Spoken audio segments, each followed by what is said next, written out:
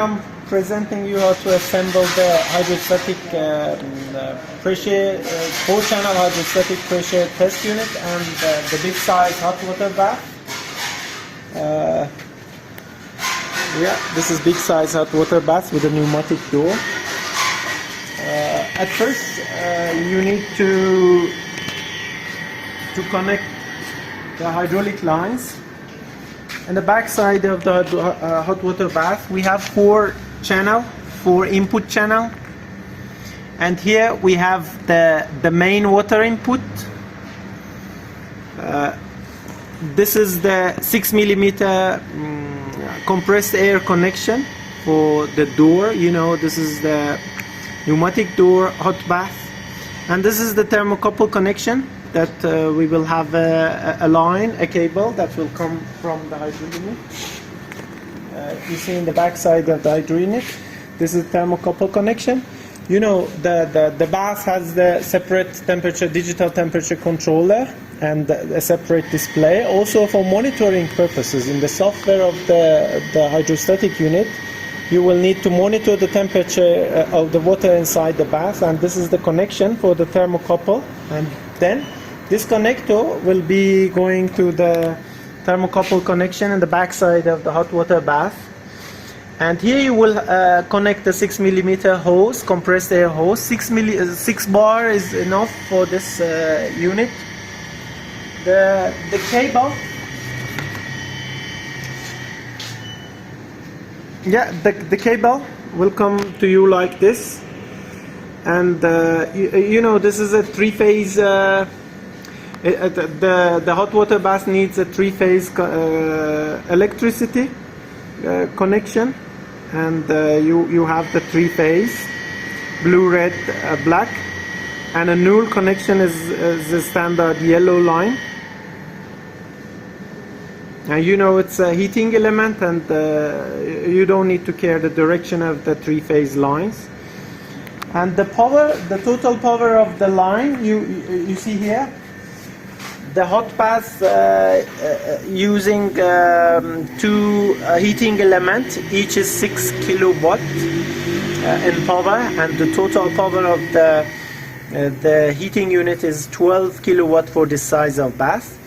And here inside of the hot bath, you also have the cylinder, pneumatic cylinder. You also have the same cylinder in the other side of the bath. And in this cylinder, you will have the connectors. This is a flow controller. This is airflow controller. You will need these controllers to control the speed of the opening and closing of the door of the bath.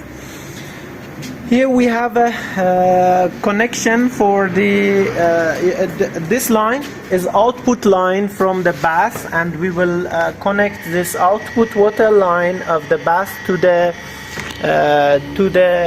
pressure unit.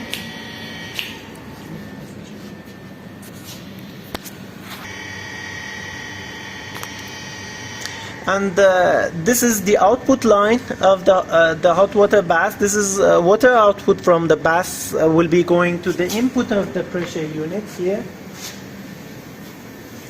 This is the input that is going to the main pump of the pressure unit. And these 4 channels are the output pressure lines from the pressure unit that will be connecting for the back side of the hot water bath. And here you also have auto-filling system in this bath. The solenoid valve. This is a solenoid valve that is connected to the floater. Here it's a level controller. It's a level switch.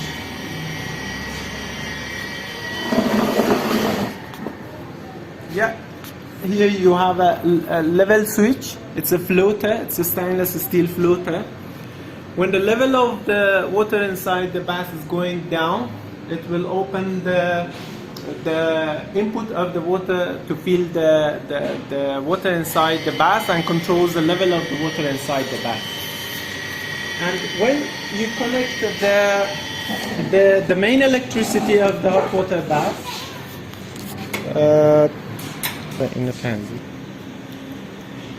when you connect the main electricity of the hot water bath, the first thing you need to do is to check the set value of the temperature in the digital controller of the bath here. It should be 0 before filling of the bath. You need to set the controller to 0 or a value below the room temperature of the laboratory, 2, 3, 1. Please be sure that this set value of the temperature in this controller is below the room temperature. Then, before filling of the tank, the hot water tank, it will not control the heating element, and the heating elements of the machine will be off during filling of the tank. And if you don't care this point, the heating resistance, the heating elements of the bath will be damaged. Absolutely, please take note this point. I'm repeating it. Before filling of the tank, you need to check the set temperature in this digital controller. Be sure that it is something below room temperature. You know, the room temperature is something about 31, and the set temperature of this controller is something about 2. You see here, 2, 1, or 0. And now the set value is below the room temperature, and you see the opposite arrow here, and the heating resistance will be totally off during filling. And after the bath being filled and the floater just close the input of the water to the hot water bath, then you can adjust the water, the set value in the controller to 80 degrees as your standard for the HDPE pipes and fittings, and this is a standard 80 degrees centigrade. You can adjust it to 80 degrees centigrade or whatever you want. Yeah, this is the main point. And here another point is that you have a heater number 2 here. Normally, when you are when the bath, the controller start controlling the temperature and raising the temperature from the room temperature up to the set value is something about 80 degrees centigrade. The acceleration, I mean the rise time of this process need to be as slow as possible. Then, during this period, both of the heating elements will be in the circuit, and both will be energized, and you need to maintain the heater number 2 in on position. After reaching the temperature to some value near the set value, for example, you set it in 80 degrees centigrade, and the current temperature is something about 70, you need to maintain the heater number 2 off for the on-off controller, digital controller of the bath being as accurate as possible in controlling the offset and in controlling the temperature as near as to the set value as possible to the set value. Yeah, this is the other keys here for the open and close of the door. As I said, it is a pneumatic type, and the speed of this opening and closing process will be controlled using these flow controllers, as I said here, in the both air cylinders here. For this size of bath, you have 2 cylinders. In each side of the bath, you have 2 air cylinder, and these flow controllers will control the speed of the opening and closing. Normally, it's better to close it completely close these valves, these flow controllers, and open it in something about 2 turns. 2 complete turns will be enough, and the speed will be reasonable. Yeah, these flow controllers are for adjusting the speed of the opening and closing. Here inside of the bath there is not another point, and this is the circulation pump. So it circulates the water inside the bath for the temperature inside the bath being completely accurate, and will be in the specified tolerance level of the standard. In the back side, In the back side you also have a connector. It's a male connector for the overflow of the water inside the bath. Any happening that causes the water inside the bath will be overflowed. You need to connect any kind of HT hose, high temperature hose, to this drain, to this male connector, to this overflow connector, and it will be going to the drain of your plumbing system. Okay, let's see what you have, what connections you have in a pressure unit. When you receive the machine, you need to open the top cover. Here you have electric box.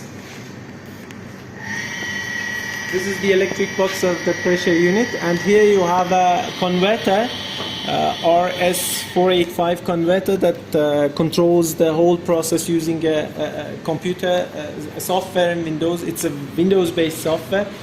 These are the PLCs, each controller for each pressure channel, and the last one is for monitoring the temperature inside the bath, and the relays for controlling each line, each pressure line, the main power, main DC power, 24 power unit, and here it is a circuit breaker.